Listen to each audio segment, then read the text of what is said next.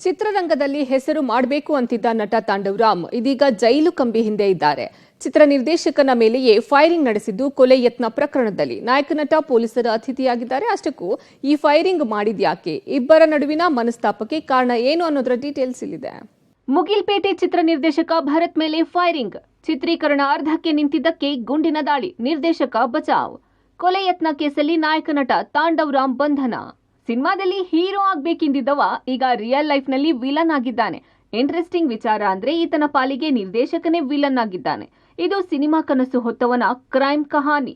ಈ ರಿಯಲ್ ಕಥಾ ನಾಯಕನೇ ತಾಂಡವೇಶ್ವರ್ ಅಲಿಯಾಸ್ ತಾಂಡವ್ ರಾಮ್. ಜೋಡಿ ಹಕ್ಕಿ ಧಾರಾವಾಹಿಯ ನಟ ಹಾಗೂ ಹಲವು ಸಿನಿಮಾಗಳಲ್ಲಿ ಸಹಪಾತ್ರದಲ್ಲಿ ಅಭಿನಯಿಸಿ ಫುಲ್ ಫ್ಲೆಡ್ಜ್ ಹೀರೋ ಆಗಲು ಹವಣಿಸುತ್ತಿದ್ದ ನಟ. ಆದರೆ ಈತನ ಬದುಕು ಈಗ ಕಂಬಿ ಹಿಂದೆ ಕಾಲ ಕಳೆಯುವಂತಾಗಿದೆ. ಮುಗಿಲ್ಪೇಟೆ ಚಿತ್ರ ನಿರ್ದೇಶಕ ಭರತ್ ನಟ ತಾಂಡವ್ ರಾಮ್ ಜೊತೆ ಸಿನಿಮಾ ಮಾಡಲು ಪ್ಲಾನ್ ಮಾಡಿದ್ರು. ಎಲ್ಲಾ ಸುಗಮವಾಗಿ ಆಗಿದ್ರೆ ಚೆನ್ನಾಗಿರ್ತಿತ್ತು. ಆದ್ರೆ ಚಿತ್ರ ಅರ್ಧಕ್ಕೆ ನಿಂತ ವಿಚಾರವಾಗಿ ಚಿತ್ರತಂಡ ಚಂದ್ರ ಲೇಔಟ್ನ ಬಸವೇಶ್ವರ ಬಡಾವಣೆಯಲ್ಲಿ ಸಭೆ ನಡೆಸುತ್ತಿದ್ದಾಗ ನಾಯಕ ನಟ ತಾಂಡವ್ ರಾಮ್ ನಿರ್ದೇಶಕ ಭರತ್ ಮೇಲೆ ಗುಂಡು ಹಾರಿಸಿದ್ದಾನೆ.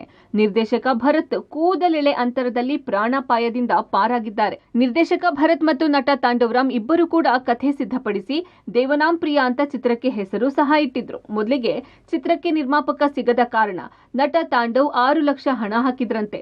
ನಂತರ ಹಾಸನ ಮೂಲದ ಕುಮಾರಸ್ವಾಮಿ ಎಂಬುವರು ಚಿತ್ರಕ್ಕೆ ಬಂಡವಾಳ ಹಾಕೋಕೆ ಮುಂದೆ ಬಂದಿದ್ದಾರೆ. ಕಳೆದ 2 ವರ್ಷಗಳಿಂದ ಚಿತ್ರದ ಶೂಟಿಂಗ್ ಆರಂಭವಾಗಿದ್ದು 40% ಚಿತ್ರೀಕರಣ ಆಗಿತ್ತಂತೆ. ಇತ್ತೀಚೆಗೆ ಕಾರಣಾಂತರಗಳಿಂದ ಚಿತ್ರೀಕರಣ ನಿಂತಿದ್ದು ಚಿತ್ರತಂಡ ಆರ್ಥಿಕ ಸಂಕಷ್ಟಕ್ಕೆ ಸಿಲುಕಿತ್ತಂತೆ. ಇದೇ ಈ ಅವಘಡ ಸಂಭವಿಸಲು ಕಾರಣವಾಗಿದೆ.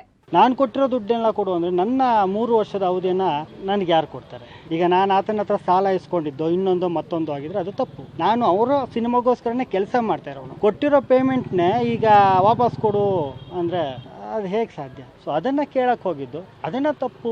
ನೀವೇನು ಕೇಳೋದು ಹಾಗೆ ಹೀಗೆ ಅಂತ ಅವಾಚ್ಯ ಶಬ್ದದಲ್ಲಿ ಬೈದು ಈ ಸಿನಿಮಾದಿಂದ ನೀವಿಲ್ಲ, ನಿಮ್ಮ ಪೇಮೆಂಟ್ 6 ಲಕ್ಷ ವಾಪಸ್ ಕೊಟ್ಬಿಟ್ಟು ಈ ರೀತಿ ಅಲ್ಲ.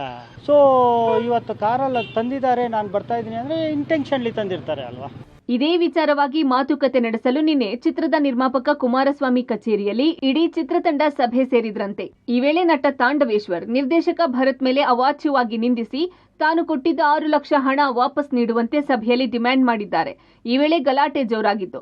ನಟ ತಾಂಡವ್ ತಮ್ಮ ಕಾರಿನಲ್ಲಿದ್ದ ಸಿಂಗಲ್ ಬ್ಯಾರಲ್ ಗನ್ ಅನ್ನು ತರಿಸಿ ನಿರ್ದೇಶಕ ಭರತ್ ಮೇಲೆ ಗುಂಡು ಹಾರಿಸಿದ್ದಾರೆ. ಆದ್ರೆ ಗುಂಡು ಹಾರುವ ಮುನ್ನ ಅಲ್ಲಿಯೇ ಇದ್ದ ಎಡಿಟರ್ ಒಬ್ಬ ಗನ್ ಏಮ್ನಿಂದ ತಳ್ಳಿದ್ದರಿಂದ ಗುಂಡು ಗೋಡೆಗೆ ತಗುಲಿದೆ. ಅದೃಷ್ಟವಶಾತ್ ಭರತ್ ಪ್ರಾಣಾಪಾಯದಿಂದ ಪಾರಾಗಿದ್ದಾರೆ.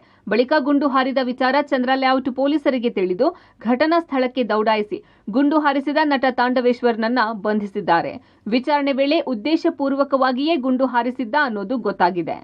ಆರೋಪಿ ಏನಿದ್ದಾನೆ ಆತನನ್ನು ಬಂಧಿಸಲಾಗಿದೆ ಮತ್ತು ಈ ಕೃತ್ಯಕ್ಕೆ ಬಳಸಿರ್ತಕ್ಕಂತಹ ಒಂದು ಲೈಸೆನ್ಸ್ಡ್ ವೆಪನ್ DBBL ಗನ್ ಏನಿದೆ ಅದನ್ನು ಕೂಡ ಈಗ ಸೀಸ್ ಮಾಡಲಾಗಿದೆ. ಸಿನಿಮಾ ಪ್ರೊಡಕ್ಷನ್ ಆಗಿರ್ತಕ್ಕಂಥ ಭಿನ್ನಾಭಿಪ್ರಾಯಗಳ ಹಿನ್ನೆಲೆಯಲ್ಲಿ ಹಣಕಾಸಿನ ವ್ಯವಹಾರದಲ್ಲಿ ಆಗಿರ್ತಕ್ಕಂಥ ಘಟನೆ ಅಂತೇಳಿ ಪ್ರಾರಂಭಿಕ ಇದರಲ್ಲಿ ಗೊತ್ತಾಗಿದೆ. ಪ್ರಾಥಮಿಕ ತನಿಖೆಯಲ್ಲಿ ಇಂಟೆನ್ಷನಲ್ ಅಂತಾನೆ ಗೊತ್ತಾಗಿದೆ. ಏರ್ ಫೈರ್ ಮಾಡಿರ್ತಕ್ಕಂಥದ್ದು, ಬಟ್ ಇಂಟೆನ್ಷನಲ್ ಅಂತಾನೆ ಗೊತ್ತಾಗಿದೆ. ಕಿರುತೆರೆಯಲ್ಲಿ ನಟನೆ ಜೀವನ ಆರಂಭಿಸಿದ ತಾಂಡವ್ ರಾಮ್ ಹಿರಿತೆರೆಯಲ್ಲಿ ಕಾಣಿಸಲು ಪ್ಲಾನ್ ಮಾಡಿದ್ರು. ಆದರೆ ಕ್ಷಣ ಮಾತ್ರದ ದುಡುಕು ನಿರ್ಧಾರದಿಂದ ಪೊಲೀಸರ ಅತಿಥಿಯಾಗಿದ್ದಾರೆ. Narasimhamurthy, public TV, Bengaluru.